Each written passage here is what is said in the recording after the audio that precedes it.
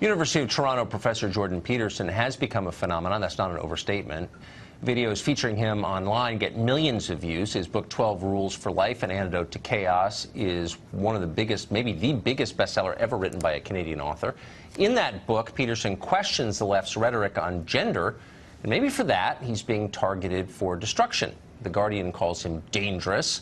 Vox just published a massive and almost unbelievably stupid piece accusing Peterson of, quote, reactionary politics that validate white, straight, and cisgender men at the expense of everyone else. Really mouth-breathingly stupid, but there you have it. Jordan Peterson joins us tonight. Professor, thanks for coming on. So, obviously, a hurt dog barks. You've done something that has made people upset. What do you think you've said that the left finds so provocative and upsetting? Well, I pointed out quite clearly why they're factually incorrect and ideologically possessed. I mean, is particularly on issues like gender. The radical lefties insist that gender is a social construct, and that's just simply not true.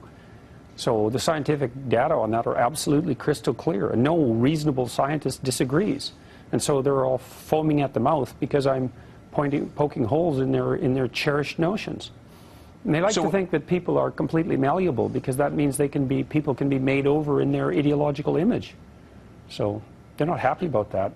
So when they say your ideas are dangerous, what they're really saying is your ideas are dangerous to them. I hope so. They're supposed to be dangerous to them. I make no bones about that. I'm not a fan of radical leftists. And look at what happened in the 20th century with radical leftist ideology. What has your job been like back in academia? I mean, you can't be one of many people who has these views where you live and work. Oh, yeah. Well, no, I think they're more common than you think. I mean, my views on gender, for example, and sex, they're shared widely among people in the psychometric personality community. Anybody who studies personality and who's a credible scientist knows full well that the differences between men and women in personality are to be attributed primarily to biological factors. This isn't contentious. The only people it's contentious around are gender ideologues, and they've already lost the scientific battle, and so they've taken it to the legislative front to enforce their views. So they're really not contentious viewpoints. They're mainstream science, and I'm criticized all the time for spouting pseudoscience. It's like, it's not pseudoscience, it's mainstream science.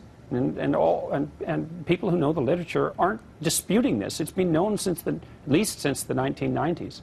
So you drew the line at pretending that biological sex isn't real. I mean, that's how you first became famous, because you said, I'm not going to lie about science. Well, do you think it's a good place for the rest of us to start? Well, I think it's a reasonable place. I mean, the Canadian government built a social constructionist view of gender into the law, and that's just incorrect. I mean, the idea that biological sex, gender expression, gender identity, and sexual preference have no relationship to one another, that they vary independently, that there's almost nothing you could claim that's more false than that.